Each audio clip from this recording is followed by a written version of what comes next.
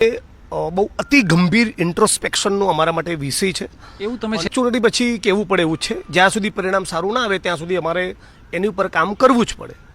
પણ ગુજરાત અને દેશ એ પણ જોઈ રહ્યું છે કે જે પ્રમાણે ફોર્મ નંબર 7 રાતોરાત ભરાયા અને 25થી 35 લાખ મતદારોના નામ કોંગ્રેસ માઇન્ડેડ મતદારોના નામ રાતોરાત કાઢી નાખવાની કોશિશ કરી, દલિત, ઠાકોર, ડીએનટી, મુસ્લિમ મતદારોના નામ કાઢી નાખવાની કોશિશ કરી અને અમુક નામ હજારોની તાદાદમાં અમુક બૂથોમાં અમુક કોન્સ્ટિટ્યુન્સીમાં રાતોરાત એડ કર્યા. આ કયા નામ ઉમેર્યા એની આજ દિન સુધીમાં કોઈ યાદી જાહેર જનતા સમક્ષ મૂકવામાં આવેલી નથી. મતલબ કે આનો એક બહુ જ મોટો ખેલ થયેલો છે.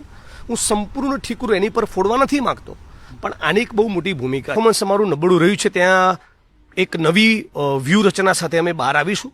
અત્યારે તો બધી તાલુકા પંચાયતો જે અમારી બનવાની બાકી છે, ધારો કે જ્યાં ક્લોઝ ટાઈટ મેચ છે, મારી તાલુકા પંચાયત વડગામમાં મારી 14 સીટ આવી છે, ભારતીય જનતા પાર્ટીની 13 છે. બધી તાલુકા પંચાયત એકવાર બની જાય પછી અમારી પ્રદેશની લીડરશિપ અમે બધા બેસીશું અને એક જુદા પ્રકારનું પરફોર્મન્સ અમારું 2027માં તમને જોવા મળે એવો અમારો તમામ દર્શકો અને કોંગ્રેસને માનનારા મતદારો, કોંગ્રેસના પ્રેમીઓને ખાસ કહેવા માંગુ છું, 2027ની અંદર તમે પરિસ્થિતિ જ્યારે જુદી જોશો. બહુ અલગ તાકાતથી અમે લડવાના મૂડમાં છીએ. આવું તો તમે આની પહેલાની વિધાનસભામાં કીધું હતું, લોકસભામાં કીધું હતું. નહીં, એવું છે કે જો દરેક ચૂંટણીની પરિસ્થિતિ અલગ હોય છે, બરાબર. તો કઈ રીતે લડવાના છો એ કહી દો છે. વધારે તાકાતથી રોડ ઉપર ઉતરીશું.